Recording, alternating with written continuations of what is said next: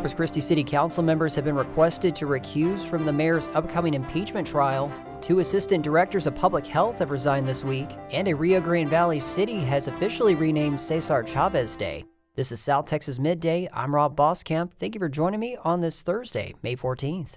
Attorneys for Corpus Christi Mayor Paulette Guajardo have filed a motion against her upcoming impeachment trial. The motion filed ahead of Monday's pretrial hearing requested 5 city council members to recuse from the removal proceedings or be disqualified. The council members Carolyn Vaughn, Gil Hernandez, Sylvia Campos, Kaylin Paxson, and Eric Cantu, who all voted to advance the impeachment, cannot serve as jurors, according to the motion. Last month, council members voted to move forward with allegations from a petition accusing the mayor of misconduct, which began with a 2024 city council vote to approve a $2 million taxpayer-funded incentive for a downtown hotel project. According to the motion, those same council members voted on agenda items tied to the impeachment allegations, thus making them witnesses. Allowing the council members to serve as jurors would violate Guajardo's due process rights.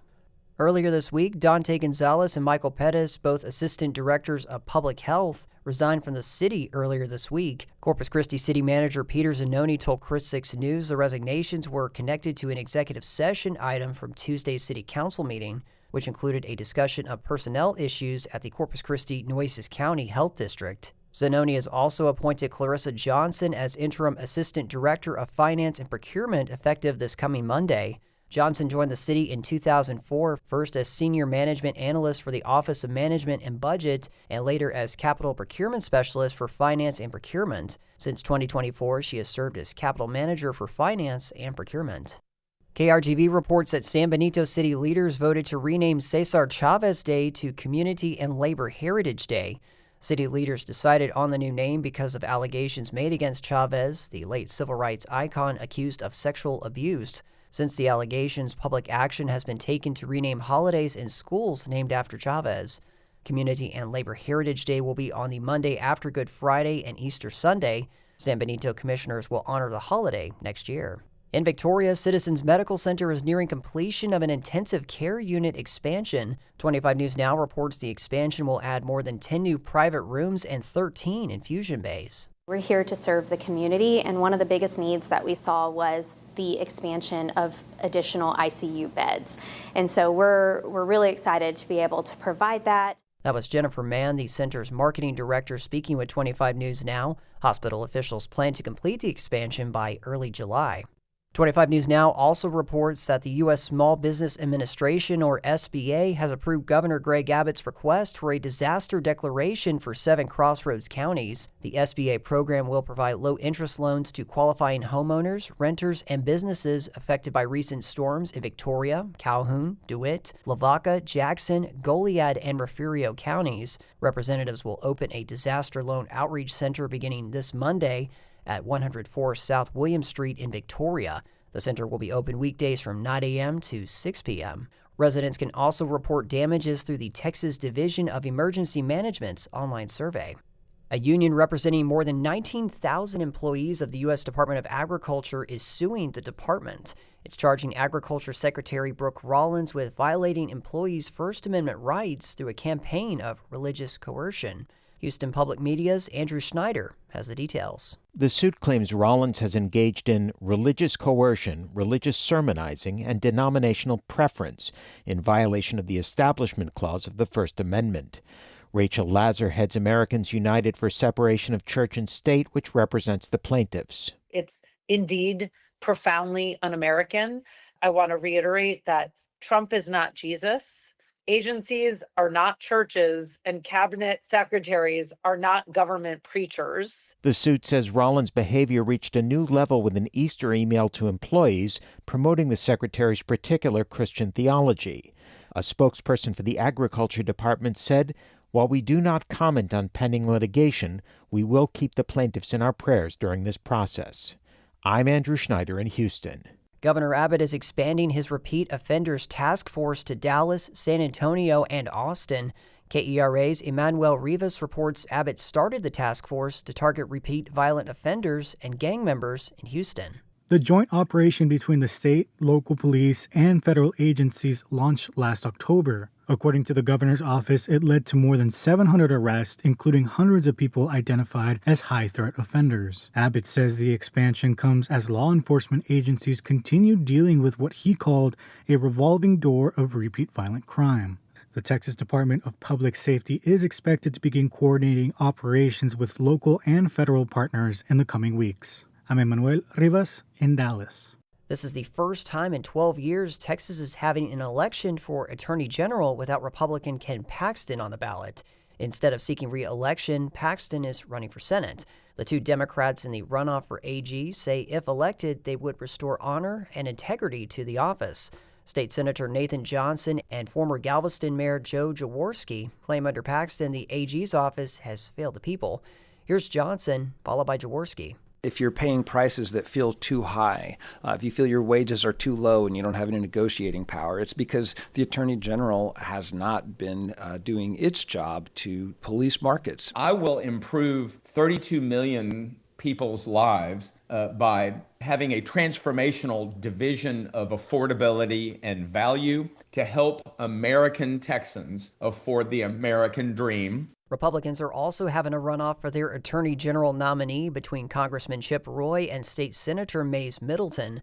Early voting begins Monday. Runoff day is May 26th. And Dallas hip-hop collective Cure for Paranoia gets its cheeky name from frontman Cameron McLeod, who's open about his struggles with bipolar depression and paranoid schizophrenia. He spoke with KERA's Marquita Fornoff about winning NPR's Tiny Desk contest and how the band uses humor to discuss tough topics. Cameron, congratulations. Thank you. Thank you so much. How does it feel to be the Tiny Desk winner? I'm not going to believe that it's happening until I'm behind that little desk. It just feels so unreal. And it's crazy when it's a thing that we've been working for the past 4 years. What y'all Bible look like?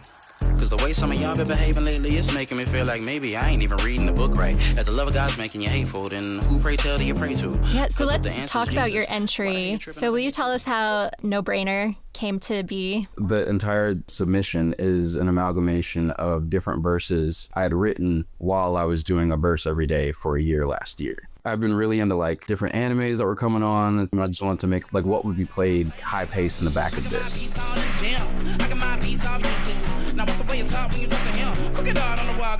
Can you talk about what that did for your creativity, having to force yourself to do one verse every single day? The goal was really just to become a better rapper without even realizing that I already was. It was just getting the eyes on me.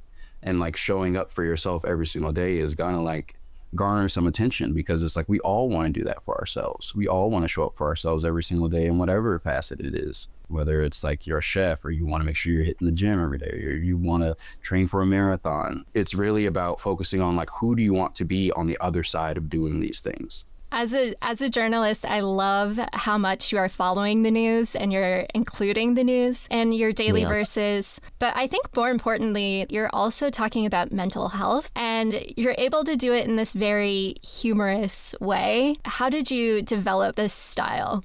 Trauma. It's quite literally trauma. I just really used to not like myself. I hated every kind of aspect of myself, because it's I'm oh, what if they think I'm crazy? I am.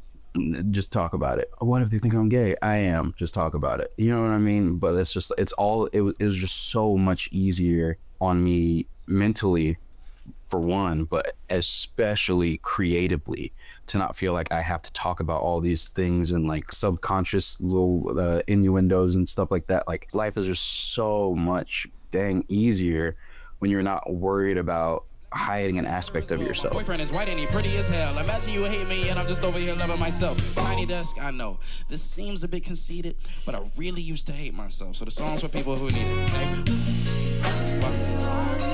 What do you think it was about this year that finally got you from being a finalist to the winners of the Tiny Desk? I'm way more myself than I was 4 years ago when we first submitted. I mean, again, I think it's that authenticity. I think it's what I represent. I don't know. I think it's what, I don't even mean to be dramatic when I say that. I think it's what the world kind of needs right now. You're gearing up for the Tiny Desk in DC. You also get to headline a 10-city tour. How are you preparing? How are you spending these next few days, weeks, months? Freaking out, honestly. It's not even like a nervous freaking out. It's like excitement/anxiety, because the same thing as the 365, where it's like, it's more about who I become on the other side of this. This is only the beginning. Well, we are really excited for you too. Thank you so much for spending time with us today. Thank you. That was KERA arts reporter Marquita Fornoff speaking with Cameron McLeod. He's the frontman of Cure for Paranoia, the 2026 NPR Tiny Desk contest winner. And that is the latest news and information on South Texas Midday. I'm Rob Boskamp. Your community arts calendar and more is on the way.